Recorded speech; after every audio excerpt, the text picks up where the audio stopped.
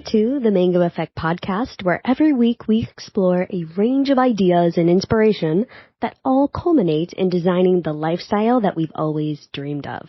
No topics are off limits. We get into the practical, the hypothetical, and the downright juicy stuff.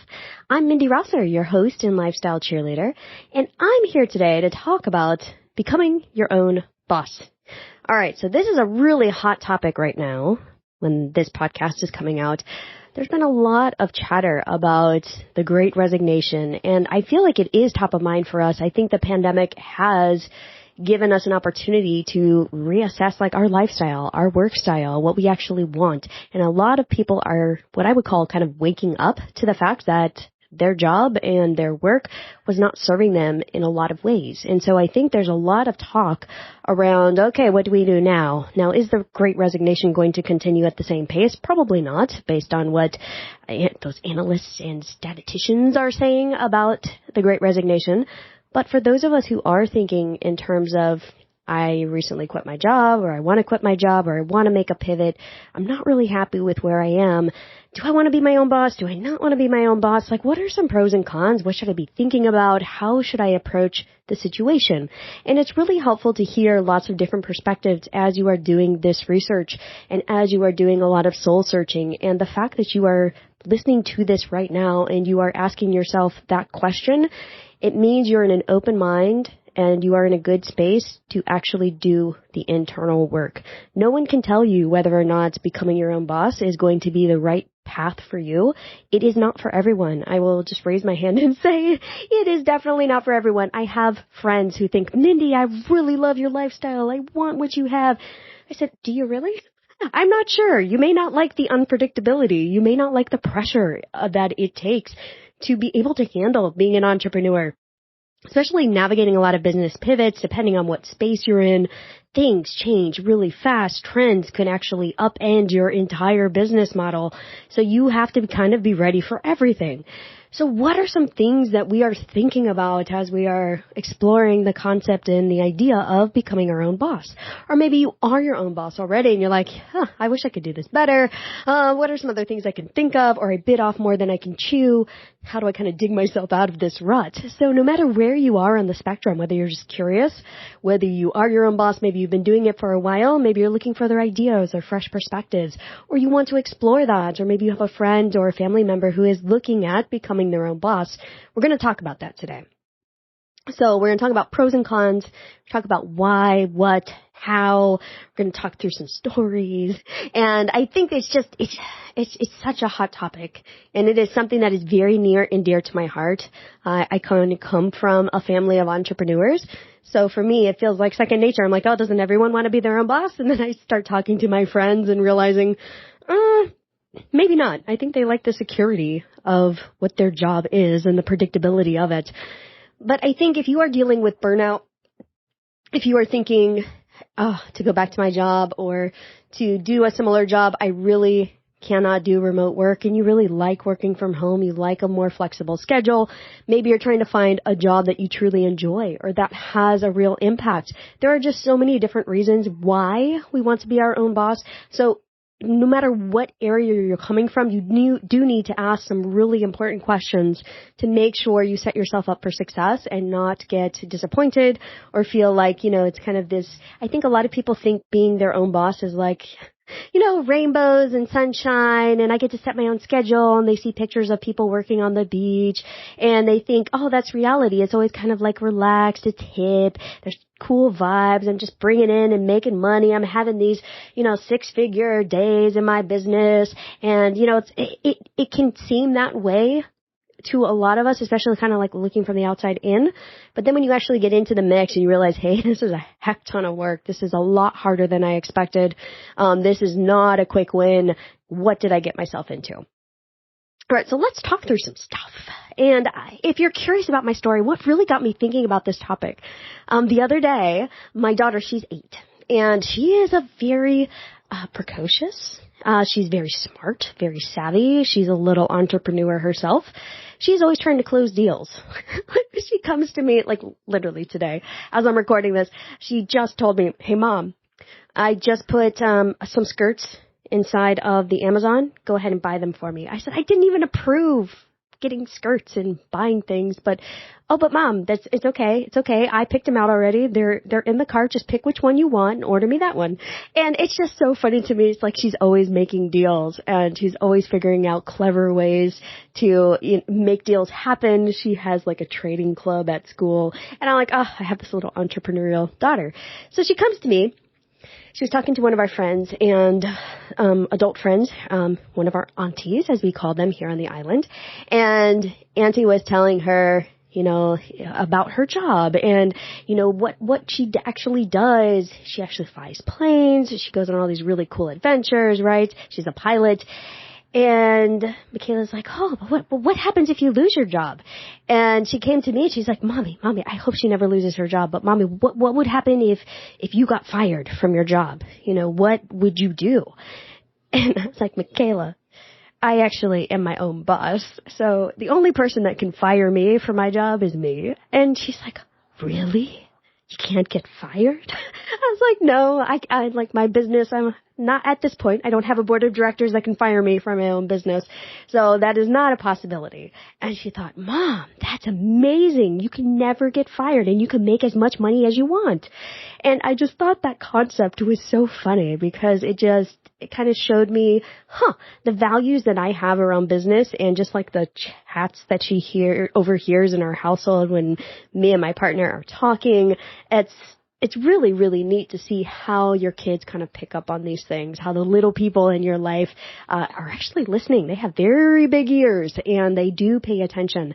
And so I think coaching them through and explaining to them how it all works is very fascinating for them. And it also helps us to see our life and work through a different lens too, just like through fresh eyes, through little eyes.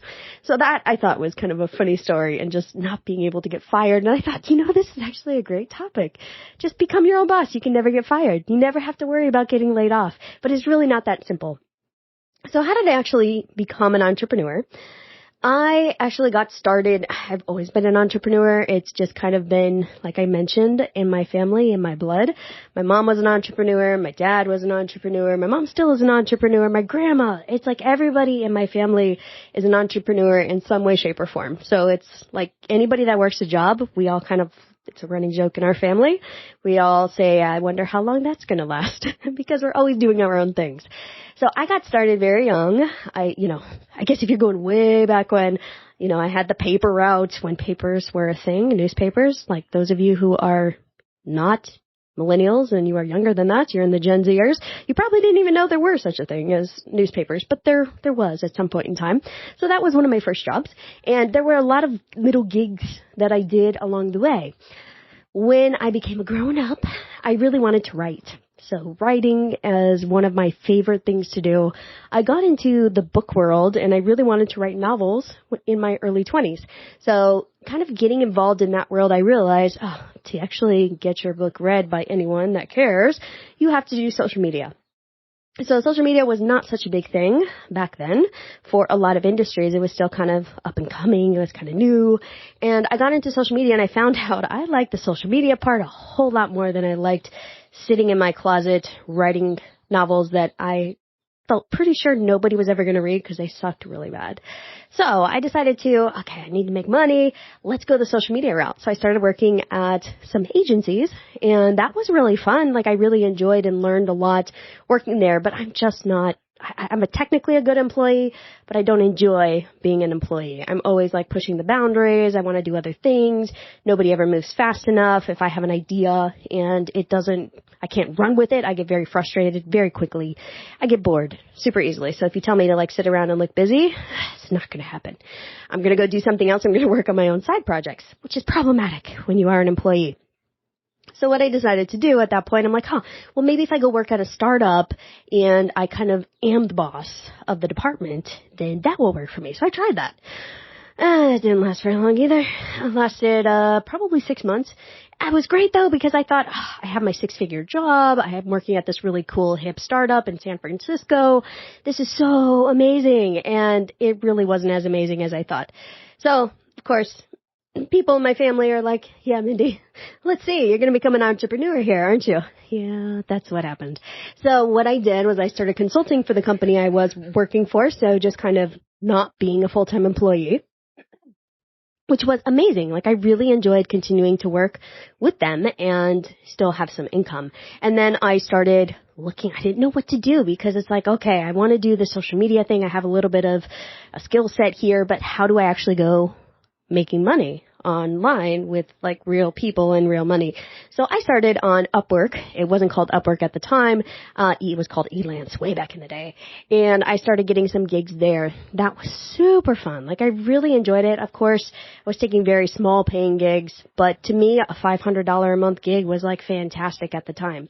So that gave me a lot of experience. And I actually ran into a company that there were a couple business partners and they were looking for somebody to manage communities. So long story short, I took that gig. It led to like a 7-year working relationship partnership with them. And that got me really immersed into LinkedIn and helping people fill their sales pipelines and also do their marketing and become thought leaders and really get their message out there and attract their people. So that was kind of like my sweet spot. And so there were a lot of ups and downs, though, I think financially. Also, during the middle of that entrepreneurial journey, I was a young mom. I was pregnant. I had 2 babies during that time. And this definitely had an effect on my career path and my income. I'm not the best pregnant woman. Like, my brain doesn't work. I don't feel very productive. I get very frustrated very quickly. So it felt like for like 5 years there that it was kind of up in the air. And thankfully, my husband was also working at the time. So I was not the breadwinner at that point in time. Once my kids got a little bit older, it definitely got easier. And I started getting the bug to kind of go out and do my own thing. I was pretty tied to the business partners I was working with for 7 years, and I was really a part of their business. And we were talking about me possibly taking it over at some point. And I'm like, that's really not where my heart is. And our values were a little bit different. And there wasn't that synergy that needs to be there for a very healthy partnership. And so I decided I'm going to go like 100% on my own. So last year, I really focused on just my business. We parted ways. It was amicable. It was fine. But now I am like switching business models. I am focused on a new target market, and I am the breadwinner as well. My husband left his job. He's been home full time for, I think, like almost a year and a half now. And so the resting, finances that kind of like rest on my shoulders. And so there's a lot, I think, that comes with being an entrepreneur. And there are a lot of ups and downs. And some months you're looking at your numbers and you're thinking, oh yeah, we were so profitable. My margins were great. I feel like I can hire somebody, or my team is really working well. Things are just flowing. And other times you're like, oh crap. Like you feel like you are reinventing the wheel and trying to solve a very sticky problem, or your funds are just not there. The cash flow isn't there. And you are like, oh crap, do I have to go back to a 9-to-5? So I think just understanding that being an entrepreneur and being your own boss in particular, it takes a certain, I think, personality type. It also takes a lot of mental fortitude. It takes a lot of perseverance. It takes a lot of insight.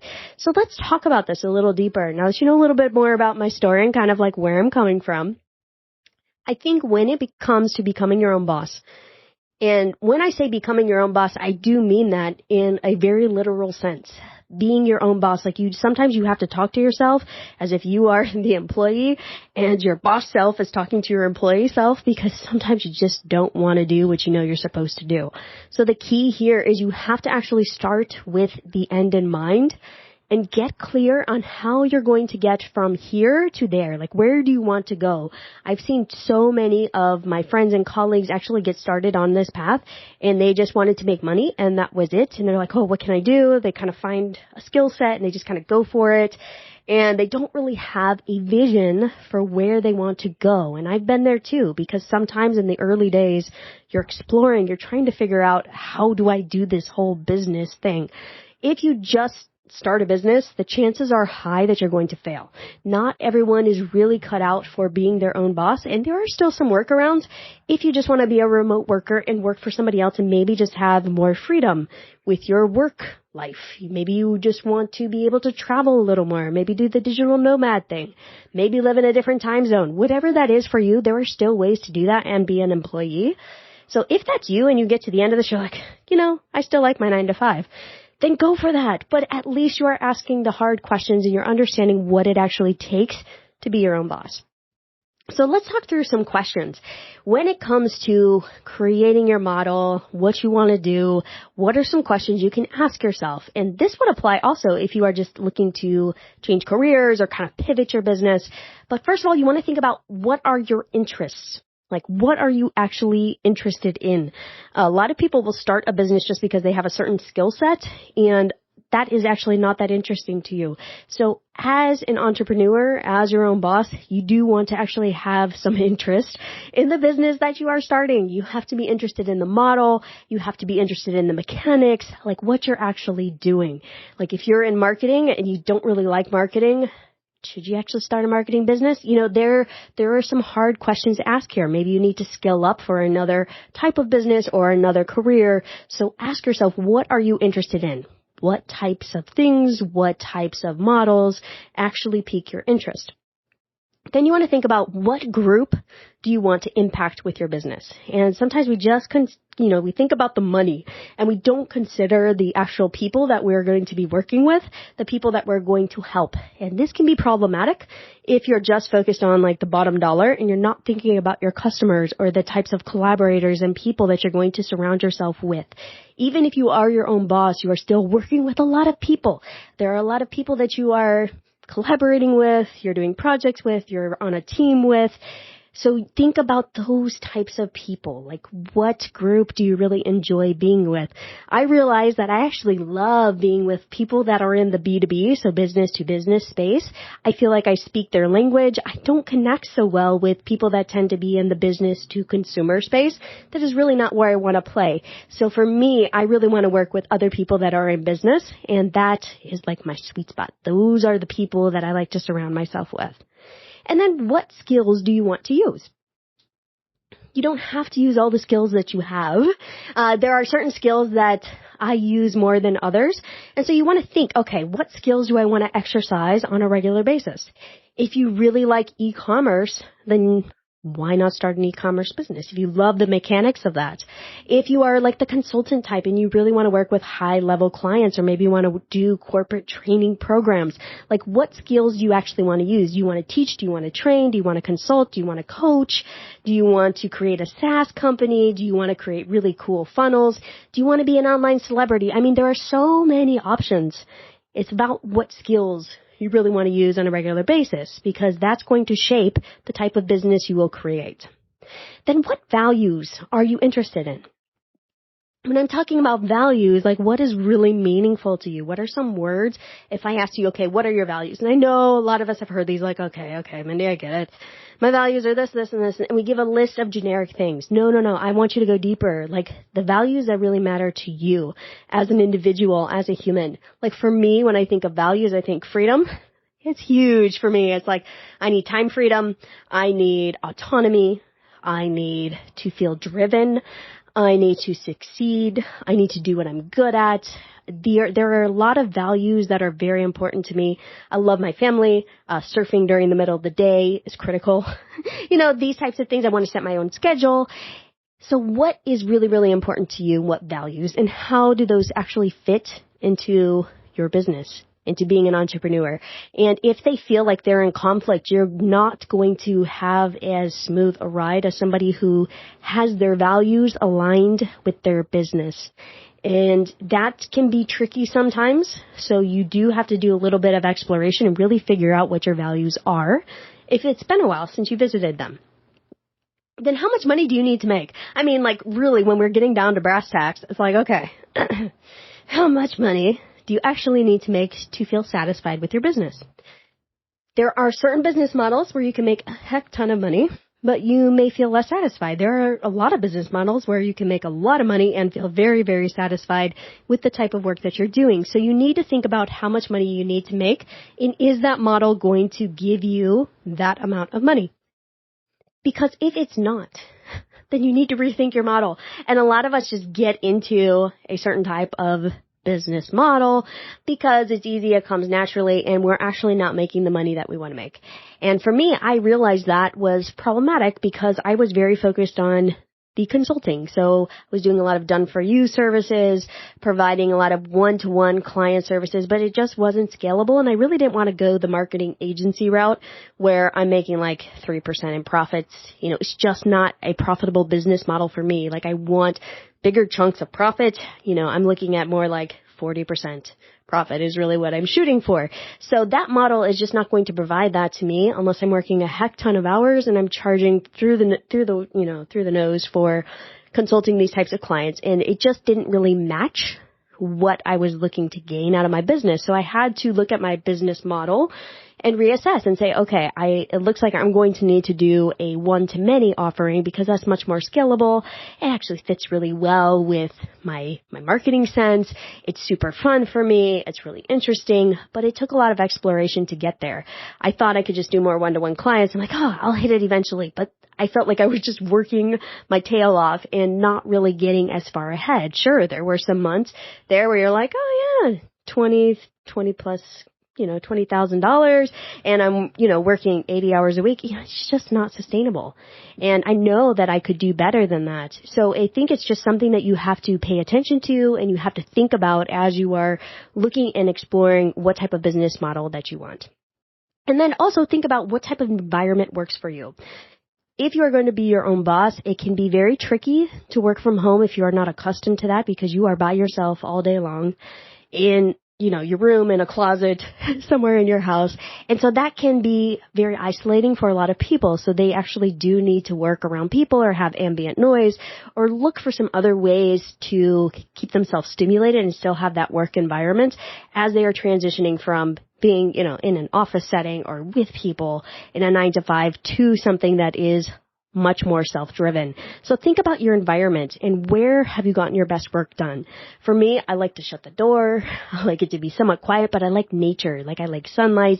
I like nature. I like to be able to put on my music, put on my headphones if I want to, put in some focus music, but I really do enjoy that isolation. But I also have realized and recognized over time that if I am just isolated, always working by myself in the office, I can become quite a hermit, and that's not good. So I also need to get out during the day, go for a surf, get out of the house. I need to hop into a Zoom call with other business-minded entrepreneurs. So for me, I like a mix of, I like seeing people like in business.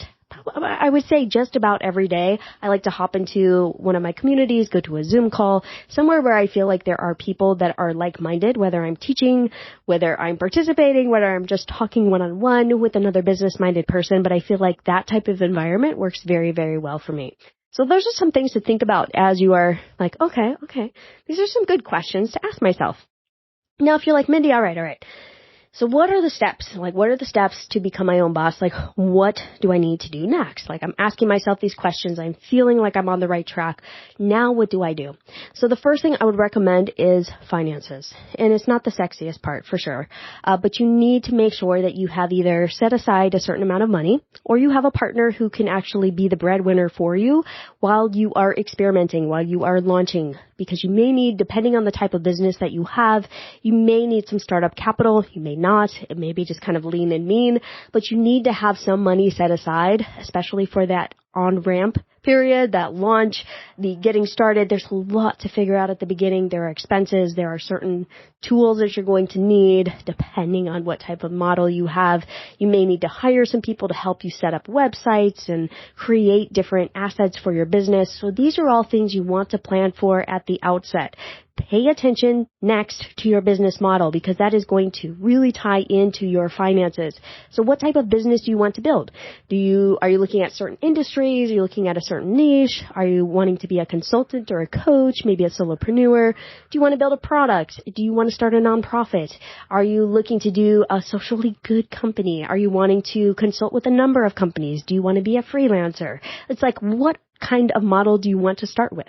The nice thing about business models is that you can always switch it later and you can always add on. So if you start as a freelancer, which is usually the fastest way to kind of start making money online, It's very easy to add another arm to your business. Okay, I'm going to start as a freelancer, but as I grow, maybe I'm going to have more of an agency model, or I want to become the sought after consultant in this niche.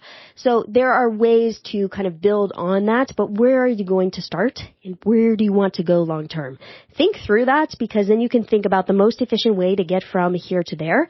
I have kind of followed a path that has been much more fluid, and I wish I would have sat down at the beginning and figured out the most efficient way from here to there, because I spent a lot of years just kind of going with the flow and not really paying attention to my business model. And I think some foresight there would have been very, very good for my well-being and just to make sure I was on the right track.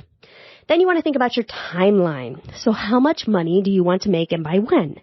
At the beginning, I would tend to run in probably 30, 60, 90-day cycles, run experiments, because at the beginning you're going to need to try a few different things, at least most people do, to figure out what's actually going to generate revenue. And you're going to have sales calls, you're going to have to put yourself out there.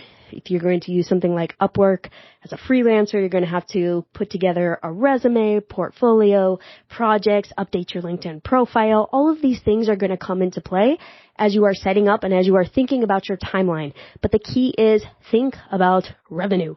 A lot of people do not think about revenue, or maybe they do, but it feels like an afterthought. Your business is driven by revenue, so every single activity that you are doing, especially at the beginning, but especially as you're going on to, should be driving revenue. If it's not driving revenue, should you be doing that activity? A lot of people will come up with 1,000,001 reasons and excuses why they should be doing X, Y, or Z, but is that actually leading to revenue for their business? And at the very beginning, you have to make revenue. If you don't have any revenue, if you don't have any cash flow, it doesn't matter how amazing those activities are or what some guru told you that these activities are going to lead to long term. If you have no revenue, you're not even going to make it that far. So think about easy ways that you can bring in revenue at the start. And even if you're just looking at, $1,000 to $3,000 per month in retainer income that you can just bet on. It's okay, I have a few coaching clients, a few projects that I'm working on, or that you can kind of fill those projects with gigs. So that's what I would look at the beginning, is how do you get those first $1,000 to $3,000 in your account coming in consistently month to month, because that's going to free you up a little bit to start expanding, to start doing those other activities and feel safe enough okay, I'm actually making some revenue. As long as you're not spending $1,000 to $3,000 in expenses, you're going to be making a bit of profit. So how fast can you become profitable? A really good book to read if you are profitable. What's the difference between revenue and profit? And what are you talking about, Mindy? Is read Profit First. It's an excellent book. And just Google Profit First by Mike Michalowicz, if I'm saying that correctly. His book is a game changer for those of you who are new to business and revenue and how much should you be making and what should you do with your money, how to set it all up in a very, very simple, straightforward way. Once I adopted the Profit First methodology, I actually relaxed in looking at my bank account and realizing, okay, I have different percentages going into these different categories. I know at tax time that I'm going to be fine. I know I'm setting aside enough profit. I know I'm setting aside enough to pay myself. I know I have enough for my operating expenses. I know I can make it through those tough times, because you're going to have ups and downs. You got to prepare for them. Even if you feel like your business is going up, up, up, there's going to be a year where it goes down. So being prepared and having your finances in order and setting it up right from the get-go is going to be really, really helpful for you. All right, so next you're going to want to think about your strategy. What is a simple strategy that you can follow for your business, for yourself, that will get you from here to there in the most efficient way possible? Everybody's going to be a little bit different. There are 1,000,001 strategies that you could use. But think about your skill sets. What have you done in the past? Have you done side gigs in the past? Have you worked with people in the past? Have any of your friends or colleagues said, you know what, you're really good at doing this or that. You should really put more effort into that. Or I wish I could hire you on the side to do this project for me. What is your strategy for your business? What is your strategy for profitability? What is your strategy for your finances? Where do you want to go? Do you want this to just be a side hustle where you're making a little extra income? Or are you trying to replace your partner's income and really build a business huge, 6, 7 figures, 8 figures, whatever it is for you? you have to think about what your strategy is and make sure your strategy matches your available resources, your skill set, your business model, your timeline, and your finances. All right, so kind of putting it all together is key. And then once you feel like, okay, I kind of have done like some brainstorming, kind of a brain dump, I feel good about my model, I have an idea what I can do with my finances, my timeline, then you're going to want to run an experiment. And I call it the 90-day experiment. And you are on a mission to generate revenue within 90 days, if not sooner, ideally within 30 days. But sometimes that can be a big ask depending on what type of business you are getting into. But the 90-day experiment, test your model, get some income. And the faster that you can get there, the better, because you're going to start feeling confident. You're going to start feeling like, oh, I can do this. And even if you are not charging the rates that you want to long term, getting some income, getting some projects, working with clients, getting some experience is really going to help build your confidence long term. So get money within 90 days. And then lastly, around this, support. You're going to need friends, you're going to need communities, you're going to need family, you're going to need people around you that understand what you're doing, why you're doing it, and are there for you in those moments when you're like, oh crap, like did I just make the worst mistake of my life? Like am I going to sink my family financially? Did I make the right choice? When you have those really tough moments that all entrepreneurs face, who is going to be there for you to support you? And I like to think of different communities and different friends, different groups of people that are around me. And even though I'm very introverted, there are a number of communities. And I found that as soon as I had communities around me, and I have accountability pod partners, I have my partner, Jason, I have other friends that are not related to my business world at all.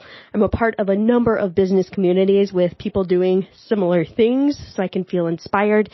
And just that network has been transformational for me in the past year. I tried to do it solo for so long and just with a few, close business partners, and now just surrounding myself with and being very intentional about the people I surround myself with, the people that have the mindset I want to have, the people who are making the income that I want to have, the people who are lifting me up, where I engage with them and I feel inspired afterwards.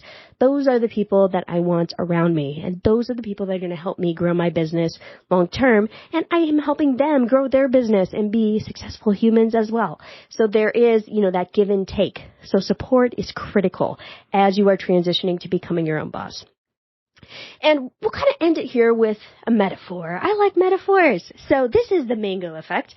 And I like to talk about my mango tree. You can't see it right now, but I'm looking at it right now. And looking at it right now, there are some blossoms on the tree. And I'm not sure if it's going to bear fruit this year, because what I was told, this is only my second year with this tree, is that a lot of mango trees only produce fruit every 2 years. So sometimes there's a year in between where they don't produce fruit. But I am seeing some blossoms. So it is making me wonder, because last year we had mangoes. Well, this year we might have some mangoes too, so we shall see. But that mango tree, if you looked at it, if you've ever seen some of my videos where I do live streams, you would see it in the background. The tree, it looks to me like it's probably about 20 plus years old. And it is very, very mature. There are also some little trees that are in the yard that have kind of sprouted from the original mango tree. And it's really cool to watch like the little saplings. Like, oh, you're such a little baby tree. And maybe one day you'll get big, but I think they all get chopped down eventually by the lawn care crew. But looking at the mango tree, it's about longevity. It's about having that firm foundation. And we all know this. With trees, they have roots that go super deep. And it takes a long time for a tree to mature and to actually bear fruit. And you have to give it the right nutrients. You have to be patient. You have to give it time. And at the right time, when it's ready, not when we want it to be ready, then it will bear fruit. And that's the same with our businesses. When we are becoming our own boss, it's really easy to feel discouraged because we're comparing this little mango tree sapling to this giant tree that's been there for 20 years. And that comparison game is going to get us nowhere. And we're just going to feel discouraged because we will never be as big as that mango tree, at least for another 20 years or so. So I think being our own boss, it is up to us that we take care of ourselves, that we set ourselves up for success, and that we don't get caught up I think, in the comparison game. It's inevitable that we are going to compare ourselves with other people. But I think coming back to the fact that it does take time, it does take patience, but you will get there. There's a saying that I love from one of my mentors, James Wedmore. Fantastic podcast, by the way, Mind Your Business. And he says something that really resonates, and it is, my success is inevitable. And so no matter what comes my way, I know that enough time, enough patience, enough persistence, I just keep showing up, and my success is inevitable. So if you want to become your own boss, you do have to adopt that mentality. Your success is inevitable. You just have to keep showing up. You have to keep making smart decisions, take good care of yourself, support yourself and surround yourself with the right people, and you will get there. I promise. It's a long journey, lots of ups and downs, but if you talk to any entrepreneur, they would tell you they wouldn't trade it for the world. There is just nothing quite like it. All right. So what additional questions should you be asking yourself before you take the leap? After you listen to this, do you think, Mindy, that sounds like a lot of work. I don't really want to do that. Should you head back to finding a 9-to-5 job? There really is no right or wrong. And if you really want to discuss this more, or you have an idea or opinion to share, you can message me on Instagram or TikTok at Mango Effect Podcast, and we can take it deeper there. So if you're looking for any help with this, like the becoming your own boss, positioning yourself, I actually do have a program where I work with budding entrepreneurs, seasoned business owners, job seekers to help them position themselves to land their next opportunity, whatever that may be. And you can actually get on my waitlist if you're curious. It's for the LinkedIn Accelerator program. So I will put the link in the show notes, or you can just look it up on my website, mindyrosser.com, and you'll see it right there. And until next time, please subscribe to the Mango Effect Podcast if you like what you hear so you don't miss an episode. And if you would love to write a 5-star review for the show, if you are enjoying it, that would be fantastic. We are a new show, so any reviews and subscribes we get will definitely help us as we grow. I will talk to you soon. Have a beautiful rest of your day.